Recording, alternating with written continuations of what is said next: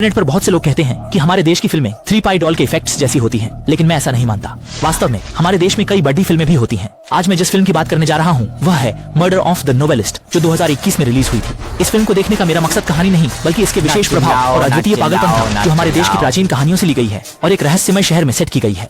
इस जगह पर भूत और ताकतवर बन गए। उन्होंने पूरे शहर को युद्ध के लिए उकसाया। पहले यहाँ कई छोटे देश थे, लेकिन अब सिर्फ 2 ही बचे हैं। लोग इन्हें पूछते हैं।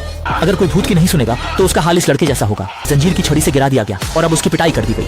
अब क्या करें? आगे खाई है और उसे गिरने का खतरा है। तभी एक महिला दौड़ कर आई। वह कोवन की बहन थी। वह उसकी रक्षा दे दिया। फिर एक बड़ी लड़ाई शुरू हुई। 900 राउंड के बाद एक अप्रत्याशित घटना हुई। दुश्मन के नेता के प्रहार के जवाब में बहन तुरंत मारी गई। जब कोवन चट्टान पर चढ़कर बहन को बचाने की योजना बना रहा था, तब तक बहन मर चुकी थी। इस संकट को भी आघात हुआ और लग रहा था कि यह इसे लेकर ही रेड हायर गोस्ट को मारने जाएंगे। अच्छी बात है कि परजीवी कीड़ा भी जानता है कि रेड हायर गोस्ट कहाँ है और वह इसका मार्गदर्शक बन गया। सामने की चमकती जगह वही स्थान है जहाँ रेड हायर गोस्ट है। वह सब परजीवी कीड़ा को खोज रहे हैं। यहाँ के लोग रेड हायर गोस्ट की पूजा करते हैं और रेड हायर गोस्ट चाहता है कि वो लोग खुद को एक दूसरे का नाश कर लें। दोनों पक्ष बस ताक में हैं कि कौन पहले हमला करेगा, भले ही लड़ना पड़े तो भी। जब ब्लैक ड्रैगन गार्ड का हमला आया, ब्लैक बोन गार्ड्स ने तलवारें निकाल ली और काली हड्डी की टीम के लोग तुरंत जलकर मर गए। यहाँ सब कुछ पल भर में आग की लपटों में बदल गया। दिन के उजाले में भूतों की टोली यहाँ जमा हो गई। वे यहाँ के लोगों से बदला लेने आए थे। तुरंत रात के कर्फ्यू का समय होने वाला था। अगर घर में न रहते तो वे मिलते ही मार देते। डर से लोग झट से घर लौट गए। सिर्फ वे ही हवा में उड़ते घर जा रहे थे, क्योंकि वह लाल बालों वाले भूत से बदला लेने आया था। उसके बाद वह यहाँ एक लड़की को खोज रहा था कि वह उसे गाना गाए।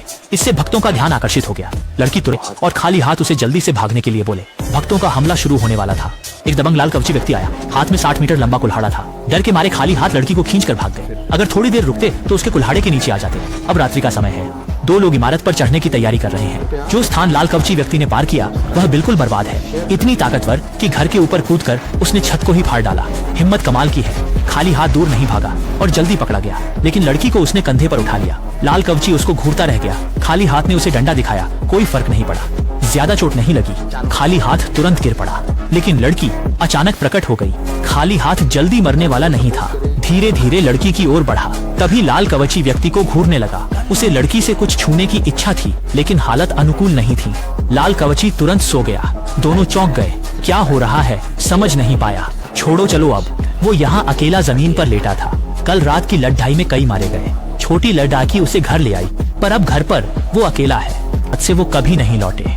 पिता ने उसे एक कीमती पेंटिंग छोड़ी थी। जब वो लोग ड्रैगन फॉर्मेशन सेट कर रहे थे, कोई आया और उन पर हमला कर दिया। बोलता है और बोलता है, अपनी ताकत दिखाओ। इन छोटे युगानों का हौसला कमाल का है, लेकिन कोई नहीं आया। हमला इतना तेज था कि कारामी उसे रोक नहीं पाया। जैसे स्टाकर ले लिया। खाली पत्र की इतनी निर्दयता देखकर उसने छोटे बच्चे को भी नहीं छोड़ा और गुस्से में चिल्लाया। आखिरकार परजीवी कीड़ा काबू में आ गया, क्योंकि उसने खाली पत्र का बहुत सा खून चूस लिया था। अब वह खाली पत्र के नियंत्रण में है। चाहे वह कुछ भी करे, परजीवी कीड़ा उसके साथ ही रहेगा। अच्छा धैर्य रखो। आखिर क्या ही। गाँव में गायब हुए लोग। उसके माता पिता मरे नहीं है, बल्कि लाल बाल वाले भूत ने यहाँ उन्हें बंधक बना रखा है और वे अब आत्मविश्वास से भरे हुए हैं।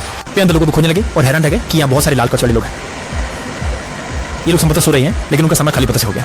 इन लोगों को तो देख भी नहीं सकते थे। फिर उसे पता चला कि खाने वाले भूत का राज है।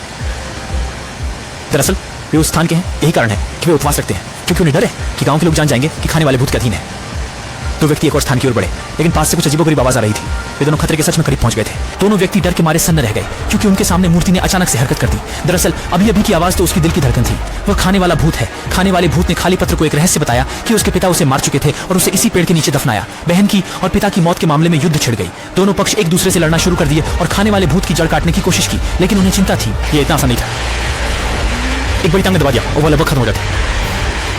खाने वाला भूत एक कठोर देते हैं और परजीवी कीड़े ने तुरंत तोड़ दी, लेकिन अब परजीवी कीड़ा प्रभावशाली होकर फिर से खड़ा हो गया। खाने वाले भूत का हमला अत्यधिक भयंकर था। परजीवी कीड़ा को नीचे धर दबाया और रगड़ दिया। खाली पत्र उसकी टांग काटने के लिए गया, पर उसे तुरंत पकड़ लिया। परजीवी कीड़ा के पास जाकर उसने खाली पत्र को बचाया। गुस्से में खाने वाला भूत उसे तोड़ डाला। इस समय छोटी लड़की ने बांसुरी बजाना शुरू किया। एक अकेले व्यक्ति के लिए बहुत दबाव होता है। दोनों पक्ष मिलकर भोजन भूत पर हमला करने का फैसला करते हैं, क्योंकि उसके सिर पर एक छुरा है।